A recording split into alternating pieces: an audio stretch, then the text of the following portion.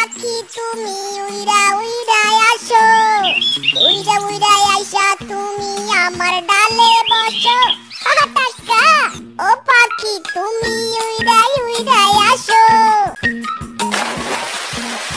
আরে আরে, এই মেয়ের কি মাথা খারাপ হয়ে গেছে নাকি? এই সন্ধ্যাবেলায় পুকুরে এভাবে ডুবছে কেন? হ্যালো লেডি, শুনতে পাচ্ছেন? আপনার কি কোনো প্রবলেম নাকি? আসলে আমার বাবার বাড়িতে প্রত্যেকটা বাথরুমে সুইমিং পুল আছে, তো তাই পুকুরে সুইমিং পুল থেকে গুলে ফেলেছি। ইরি মাইরি, এ তো দেখছি ধনির দুলালি। একে পটাতে পারলে আমার ফিউচার সেট হয়ে যাবে। আপনি তো তাহলে বেশ বিপদে পড়েছেন। আসলে আমিও তো অনেক বড় বিজনেস ফক্স। আরে বাস, তবে তো এই শিয়াল কোটিপতি। বাস, কিন্তু আপনি এত ধনী, তবে এত ভাঙা সাইকেল নিয়ে ঘুরছেন কেন? আর বলবেন না সে কথা ম্যাডাম। মার্সিডিজটা আমার ম্যানেজার নিয়ে গেছে বিজনেসের কাজে, আর আমি বিএমডব্লিউ নিয়ে ঘুরতে বেরিয়েছিলাম। কিন্তু পথেই দেখলাম এক প্রেগন্যান্ট মহিলা ডেলিভারি পেইনে কাতরাচ্ছে, তাই ওনাকে গাড়িটা দিলাম হাসপাতালে যাওয়ার জন্য। আরেকজন তো আবার আমার উদারতা দেখে আমাকে এই সাইকেলটা গিফট করলো। আরে বাস, বলেন কি আপনার মতো হ্যান্ডসাম আর ধনী শিয়ালকে কেউ কি ছেকা দিতে পারে নাকি?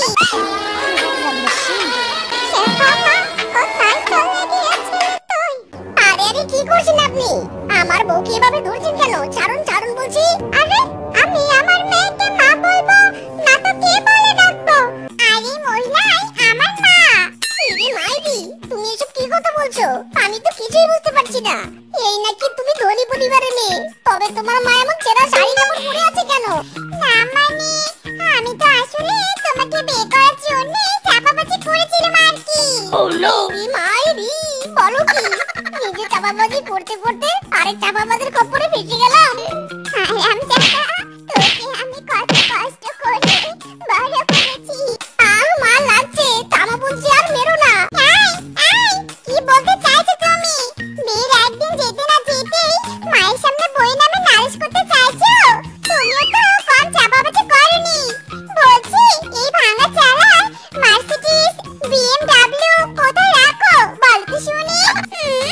জিনা সাদার বাড়ি, তার আবার কথা। শোনো মিচকে, আমি গরিবের মেয়ে হতে পারি।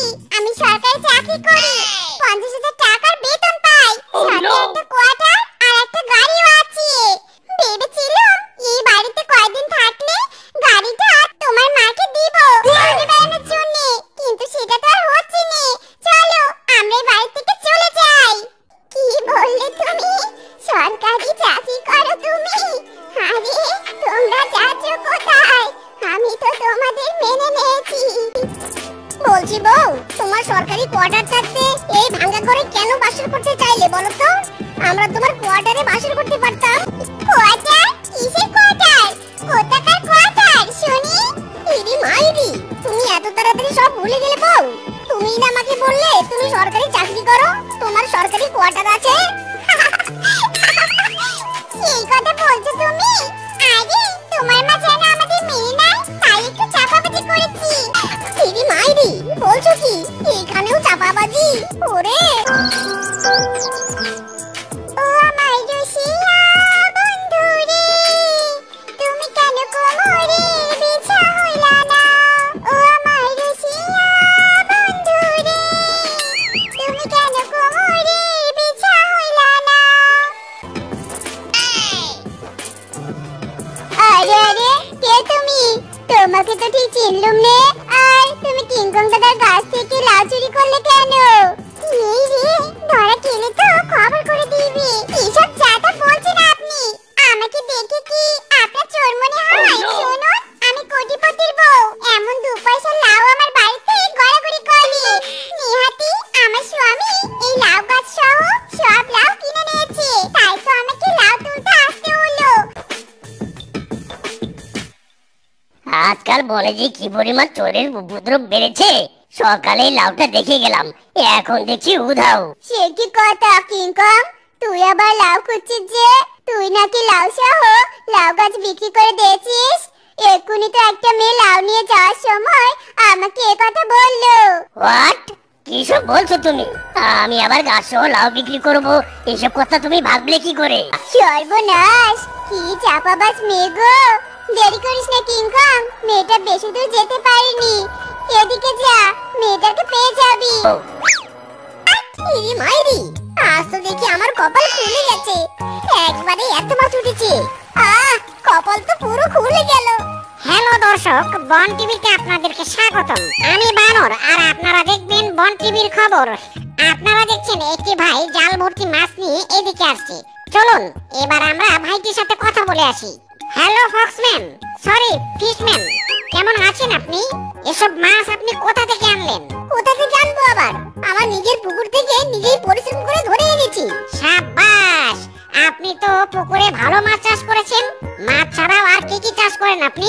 মাইরি অনেক কিছু, শাকসবজি অনেক কিছু, এমনকি আমার পুকুরে পেঁপে গাছও আছে। বাবা, আপনি তো সফল পুকুর ব্যবসায়ী।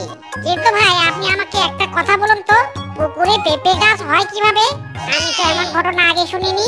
আমি এবং আমার দর্শকরা এই বিরল প্রজাতির পেঁপে গাছ দেখতে চাই। ইরি মাইরি, এভাবে কেস খেয়ে যাবো বুঝতেই পারিনি। এবার কি করে ম্যানেজ করি? হ্যাঁ, নিশ্চয়ই দেখাবো। তবে দাদা, আজ আমি খুব ব্যস্ত। আপনি পরশুদিন আমার বাড়িতে চলে আসবেন। সুপ্রিয় দর্শক, আপনারা বিরল প্রজাতির পেঁপে গাছের কথা তো শুনতে পারলেন।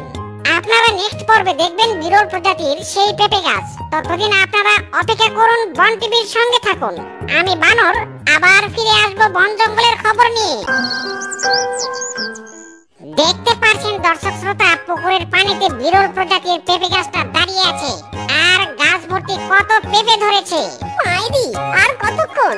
দাদা জলদি শেষ করুন। তো দর্শক শ্রোতা, এই ছিল আমাদের প্রতিবেদন। দেখা হবে আগামী পর্বে। ধন্যবাদ। ধন্যবাদ দাদা, এমন পেঁপে গাছের সন্ধান দেওয়ার জন্য। নিন আপনার সম্মানী।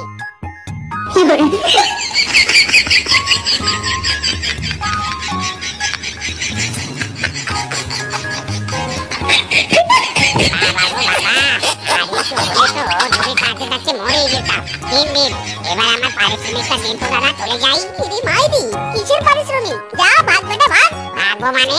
টাকার জন্য পরিশ্রম করেছি, আর তুই আমাকে টাকা দিবি না? তবে দাঁড়া বেটা, দেখাচ্ছি মজা।